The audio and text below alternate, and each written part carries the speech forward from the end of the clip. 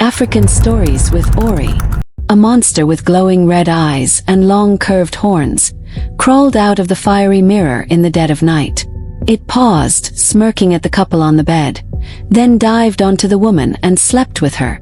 The husband smiled, turned over, and went back to sleep. By morning, the wife's thin body was carried out by bodyguards. "It's time to find a new wife," Pastor Ezora told his right-hand man, Akin, grinning. That Sunday, Ezora preached with burning fervor about forgiveness and total surrender to his God. Then he entered the healing session. With one touch, sick people would fall under his anointing, instantly healed. Mid-healing he suddenly broke down, collapsing to his knees. The congregation gasped. Ushers rushed forward, then froze, unsure what to do. On the altar, Ezora bawled, shoulders shaking. Members rose, murmuring prayers, exchanging anxious glances. This had never happened. Ezora conducted services with perfect control. Even during healings he never strained. One touch, and the sick were free. When he finally found his voice, he wiped his wet face with a handkerchief and cried, "Oh, my beautiful wife, my sweet Tola!" People whispered, "What happened? Is she dead? She hasn't been coming to church." A few snickered. "Beautiful Ku Tola? Please pray for her," Ezora begged. "I have prayed and begged my God for mercy, but it seems far from us. I thought the worst was that we could not have children. But now, my sweet Tola has blood cancer. We did everything, but her case only worsens. Please pray for her." Before he finished, the church erupted in loud prayers. Ezora wept harder into the mic, his voice the loudest of all. "My God, have I not done enough? All the people you heal through me, all the lives I've helped. Don't let me be put to shame. Save my wife, O Lord." After service, Madame Amaka and others close to the pastor visited Tola. She looked terribly changed, they were told, from chemotherapy. Madame Amaka and her daughter Erica hugged her, wailing as if their hearts would break. Tola ended up consoling them weekly. They were her closest friends in church, with her through every miscarriage. Even when people mocked her, Mummy Amaka stood by her, encouraging her. Tola knew the whispers, that the pastor lowered himself to marry her. She didn't fit his class or looks. Maybe the pregnancies had stolen her beauty. She could hardly remember her face before marriage. Still, Mummy Amaka never showed her contempt. But on the way home, Madame Amaka burst into song, laughing wildly. "Yes, finally!" she shouted, startling Erica, who still pitied the sick woman. Her mother celebrated all the way home. "You see, Madame Amaka Okoro ruled Lagos jewelry world. If you didn't buy from her, you were nobody." Men and women alike saved for her pieces despite the outrageous prices, sometimes not even real gold. Behind the glitter, she hid a deadly secret. Beneath the floor of her first store were buried the heads of the 3 virgin girls she once hired, poor, fresh from school. That shop had burned to the ground with them inside. Amaka cried for the families, claimed the girls were sorting deliveries, then silenced them with money and promises to educate their siblings.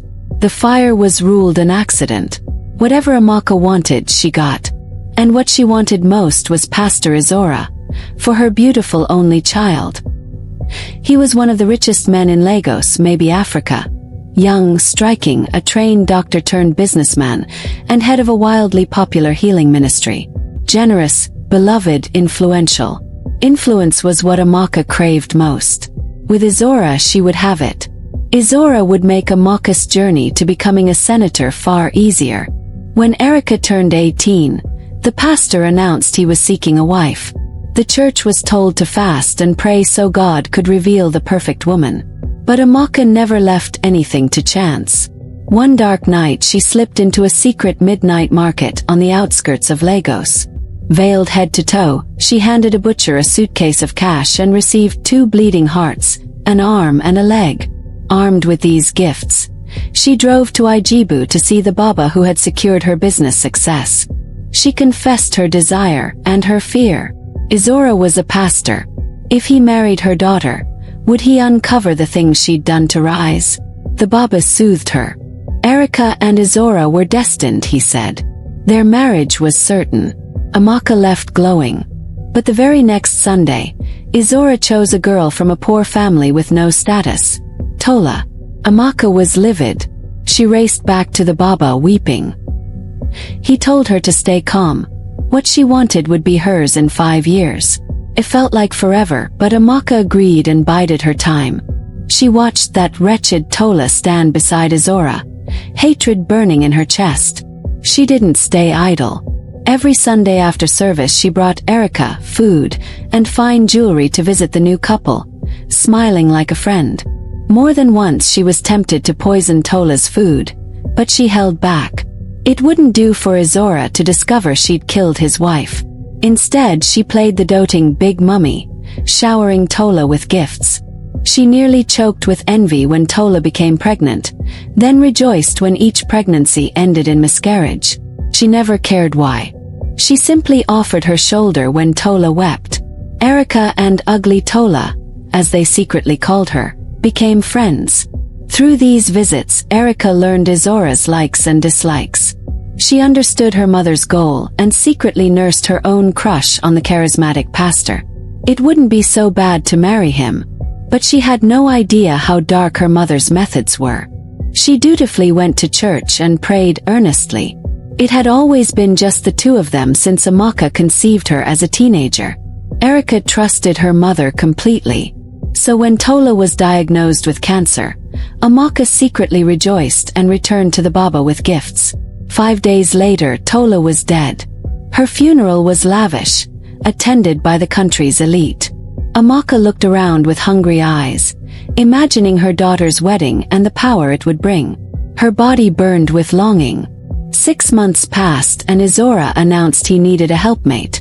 It wasn't good for a man to be alone after all. The church erupted. They all loved him. Mothers paraded their daughters. Some waited outside his office for hours. One even slipped him her daughter's fertility results. But none were perfect. His God required a virgin, preferably a poor girl no one would miss. And time was running out. The previous night, as Ezora slept, a rumbling voice rose from the large mirror beside his bed. The glass turned black, rippling like midnight water. He leapt from bed and knelt before it.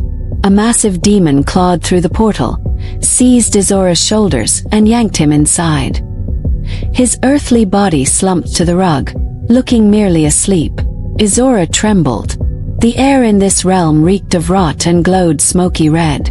Pipes jutted from the necks of thousands of wailing souls, draining their life essence toward a giant throne. The captives, crippled, blind, diseased, wailed his name.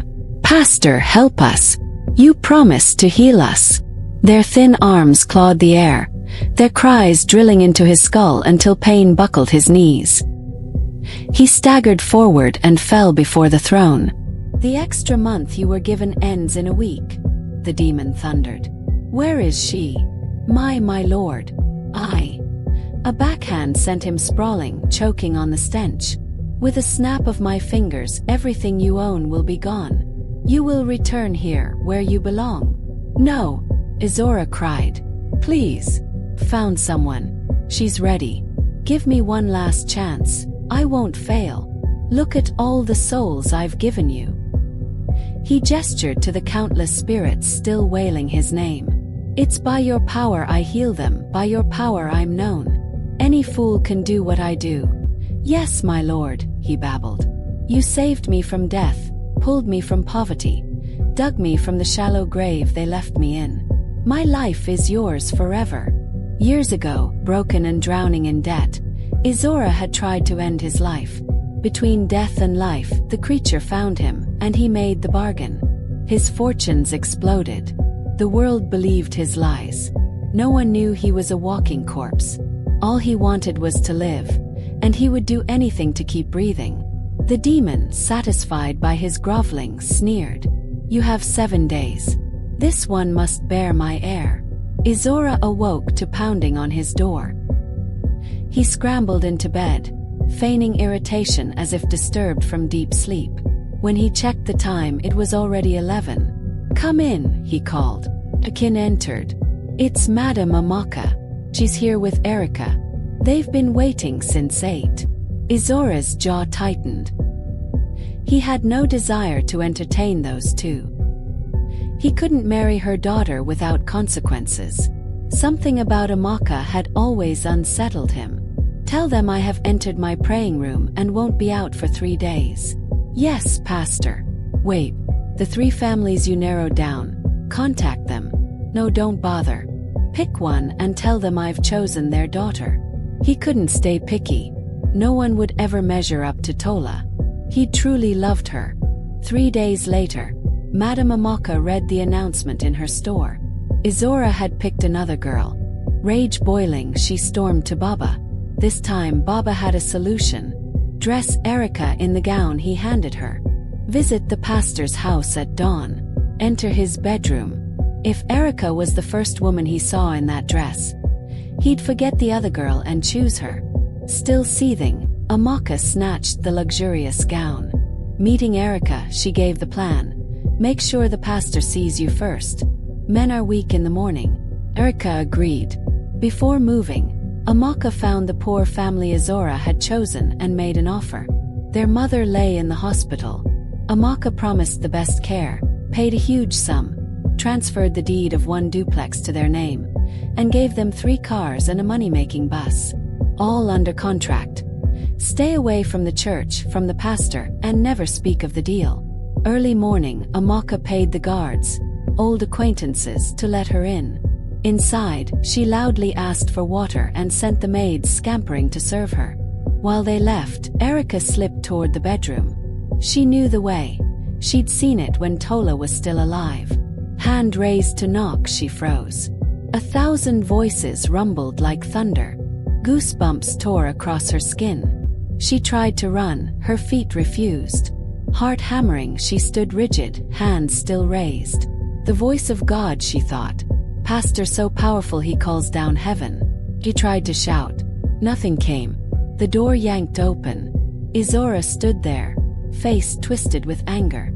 Then his eyes met hers, and the anger drained. Later, Erica would call it love at first sight. She'd tell friends something powerful drew them together, that in that instant they both knew they'd be together forever. She prepared for her wedding with stars in her eyes. Her mother beamed, repeating how proud she was. Pastor raved to the congregation about his bride. That Sunday they stayed 2 extra hours, healing the sick. Bodies healed, but lives doomed never to prosper again. Ezora had presented Erica to his God, and the demon's enthusiasm thrilled him. The wedding was the talk of the century. 3 days of celebration with society's elite. Massive gifts. Social media is in a frenzy. Friends who once frowned at marrying a pastor now envied her, especially the way Ezora pampered her like an egg. Some complained he remarried too soon after his ex-wife's death, but Erica told them they hadn't witnessed their love's beginning. Her mother floated from one top official to another, making connections she'd never dreamed of. That alone satisfied Erica. Occasionally the memory of that terrifying voice returned, making her shiver. She thought of telling someone, even her husband, but she'd already invaded his privacy. Her mother's words echoed. He was conversing with God. That's all. When the celebration ended, it was time to go home. No honeymoon, the church came first. Erica didn't mind. Ezora's estate was a palace. Akin, Ezora's right-hand man, led her to a suite upstairs, hers alone. Confused, she asked at dinner why she wasn't spending the night with her husband. Their whirlwind courtship hadn't allowed even a kiss. Ezora laughed. He kept himself pure and fasted this time of month. He'd bring her to his room when ready. Erica endured it, chalking it up as one of the cons of marrying a pastor. At night the nightmares began. Horrible, relentless. She woke screaming. One night, she woke to that terrible voice. She called her mother, shivering. "Go back to sleep," Amaka said.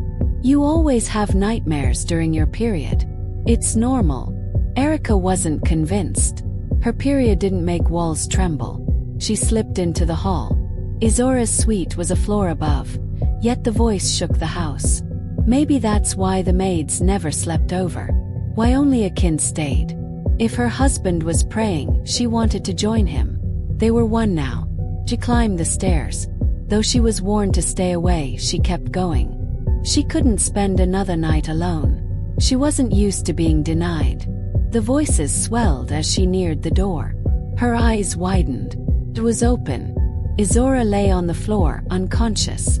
But the shimmering black mirror stole her breath. The stench of decay filled the room. A part of the Bible that was long buried in her mind came to mind. Hell smelled of sulfur and brimstone. The instant she stepped inside, the voices fell silent. She wanted to flee, but his lifeless body anchored her. She grabbed him, screaming for help. Her eyes kept darting to the mirror. Then, amid her panic, the voice said, "It is time. She's ready." Ezora's eyes snapped open. No warm brown now, but burning red coals. Erica bolted. The door slammed. She yanked the handle, sobbing, shaking. Cold claws settled on her shoulder. She turned to scream. Nothing came. Before her stood a thing that shouldn't exist. A creature beyond description. Her bladder released. Hot liquid running down her legs. Knees buckling, she fainted. Next morning she was on her bed. Body aching, legs stretched as if torn apart. While she struggled to piece the night together, the bathroom door opened. Ezora emerged, drying his body. He sat beside her, kissed her cheek. "My love, last night was so good. I hope you enjoyed it too." Erica opened her mouth, then shut it. "You fell asleep right after," he said, smiling. "I wasn't sure. Last night I saw." "What did you see?" Ezora cut in. Erica blinked. A gap yawned where the memory should be. Fear clawed her chest, but words failed. Ezora smiled, patted her head. "Wash up and come down for breakfast." The cook made a feast. He winked. A faint stench of rotten egg clung to him. Erica gagged, bolted for the bathroom, and vomited until a stream of black liquid gushed into the toilet. She screamed for Ezora, but he never came. While bathing, she noticed her period was gone. Hunger struck like a hammer before she finished washing. So fierce her body trembled.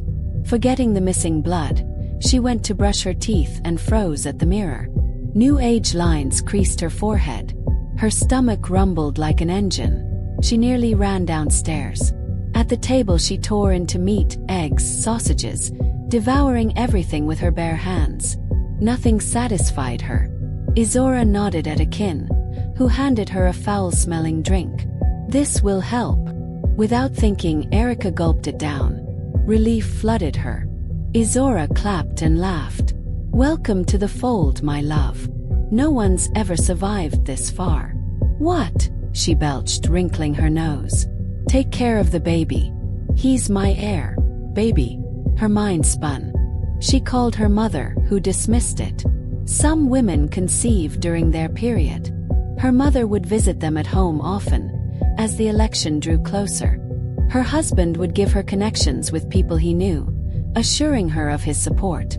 And because of this, Erica's condition was ignored. At church, people stared, noses wrinkling as if she reeked of rot. Perfume didn't help. More lines etched her face.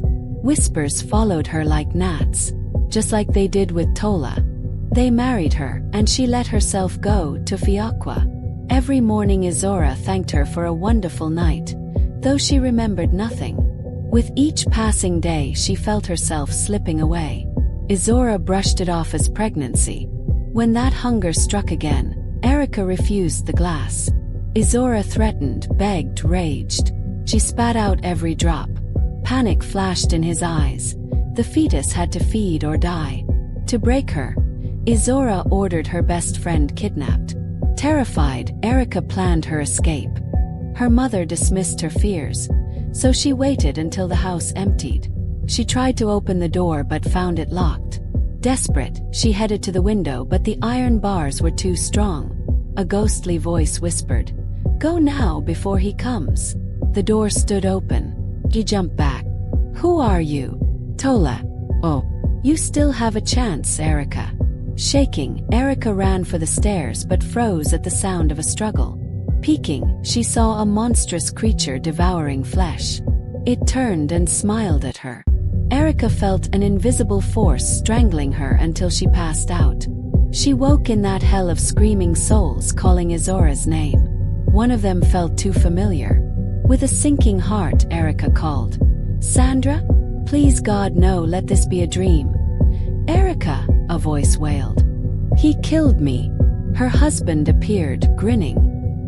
He mocked her mother's schemes, her own occult ties. Shock sent Erica stumbling back. "You were perfect for our Lord. The child you carry is his heir. Refuse the nectar, and everyone you love dies next. Starting with your mother. The nectar is made from the souls I offer. Only it can sustain our child. He will inherit this church." A church. Her friend. Erica's heart cracked. None of them knew their pastor was a monster. She had to warn them. "I'm so sorry, Sandra, I should have listened to you." After her failed escape, Ezora locked her in. Her mother was diabolical. Her husband served a demon. She carried its child. Erica prayed for the first time since arriving. Nothing. Perhaps God had abandoned her to die. Days blurred. Guards shadowed her at church. Still she prayed. They couldn't stop her from praying. 2 weeks later, a roaring voice shattered the night. "Where is she?" Ezora was hurled against a wall. A demon raged through the room, seemingly blind to Erica. A faint white light pulsed by the door. She waved her arms, but neither of them could see her. She couldn't believe it. "Jesus, thank you," she sobbed. The demon kept beating Ezora, demanding for her. She ran toward the light. "Go," Tola's voice urged. "Get help. Don't let that baby be born." In the hallway, she encountered a kin. And of all people, her mother. Amaka had finally confronted the pastor about her daughter, and instead made a deal with him. She would help him take Erica, and in return she'd win her senatorial bid. Erica let out a scream, alerting them to her presence. She grabbed a metal statue and hurled it at Akin's head with all her might. Her mother screamed and ran for the door. "Mom, how could you?" she cried, broken. Amaka was already outside. Erica grabbed Akin's phone, where he fainted, and unlocked it with his finger. She ran back upstairs, forcing her body past exhaustion. She went live, showing Ezora being thrown about the room. His pleas could be heard clearly, a confession of his sins. Erica lowered the phone and made to leave when a force rooted her to the spot. "Please come to Pastor Ezora's house. Save me," she cried. She knew she should have left. "Jesus, please save me," she muttered over and over, while trying to get her feet to move. Next, the phone flew out of her hand and was smashed into the wall. "Jesus, please save me." The demon turned and faced her. It didn't speak, but Erica felt terribly cold hands grab her throat and lifted her into the air. "Jesus, please save me," she choked out, kicking her feet. All of a sudden, the demon roared in anger. "You will suffer." He dashed through the mirror and disappeared. Erica was tossed to the ground like a rag. She didn't stop to think. She ran out of the house and burst onto the road. She stumbled into an army checkpoint. Crying, she told her story. By some miracle, they believed her and called for backup. By then, members of the church had started to gather. Soldiers stormed the estate. Ezora tried to dive into the portal, but the demon spat him out. "Suffer humiliation, see you soon." Akin vanished at the first gunshot. The horrors uncovered filled news cycles for 2 years. Ezora was arrested but died in jail after 1 week. The wardens swear they'd never heard such terrifying screams from a person. His church crumbled to nothing. The fetus died without its soulful nourishment, died and was removed. She cut ties with her mother, who never sought forgiveness.